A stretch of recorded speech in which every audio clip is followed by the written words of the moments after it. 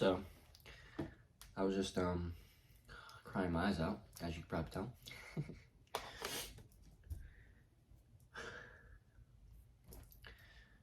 Today I got hit with a catalyst where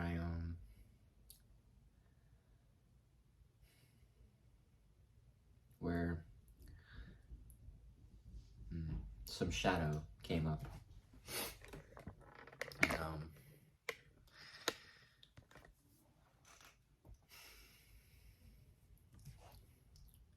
I started introspecting about the nature of this. And I found that the root of it was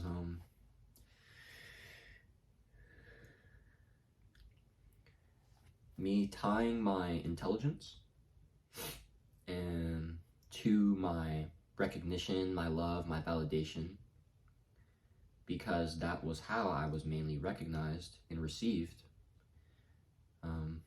by my grandparents growing up.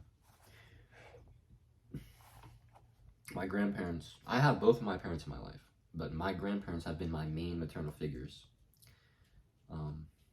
for my 21 years of living. I'd say probably about 70 to 80% of my life, maybe 60 to 70. Definitely over half though, I've spent living with them rather than one of my two parents.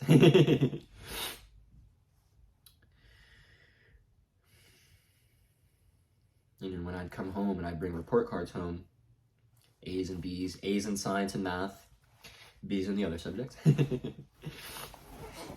I'd always get hit with, oh, that's great, Jay, here's some money for video games and you're awesome. But you could do better, right?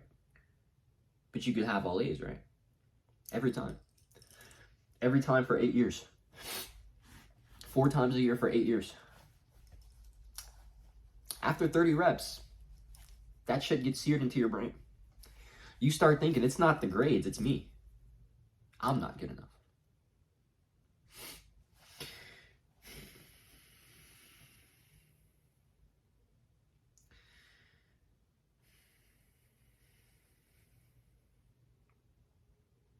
For so long, I lived in I'm not good enough. For so long, that was my reality. And I was crying because that sucked. It sucked. And I could tell that I had a lot of stored trauma in my body, or just real pent up emotion that was still there, that needed to get released. Right? Whenever you cry, that's your body telling you, there's too much here, we need to let go. That's why you can't suppress your cries, you have to let them out. You gotta cry, bro. You gotta cry it out. And I cried for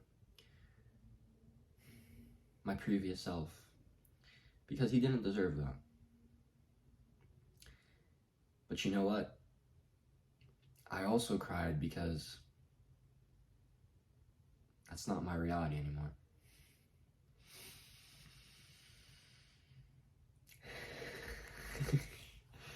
And the peace, the freedom I just felt in my chest as I said that is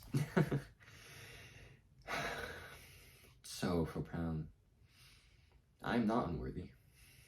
I am more than enough. And so are you. Maybe your validation was tied to something external, your grades, your looks, your personality, something you could do, your physicality, your skills.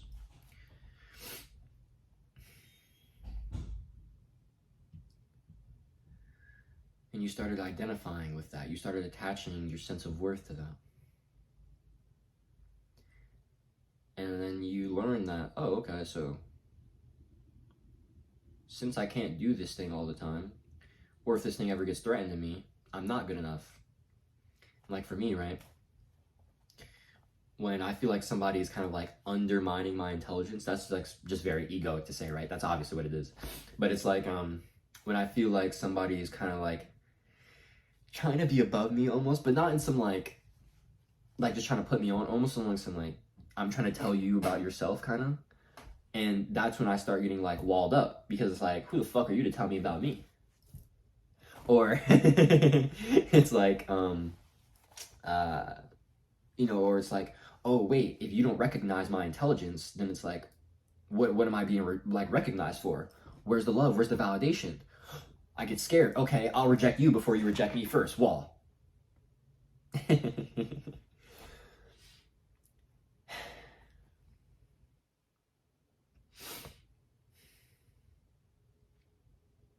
I'm done living like that. That's no longer my reality.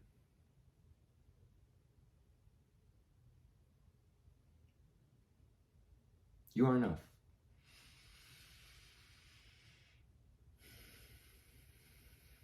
Even if you don't believe it, I know you are. I thought I was going to end the video there, but I just have to read chapter 11 of the Tao Te Ching because it just fits so well here. Chapter 11, Immateriality. A wheel may have 30 spokes, but its usefulness lies in the empty hub. A jar is formed from clay, but its usefulness lies in the empty center. A room is made from 4 walls, but its usefulness lies in the space between.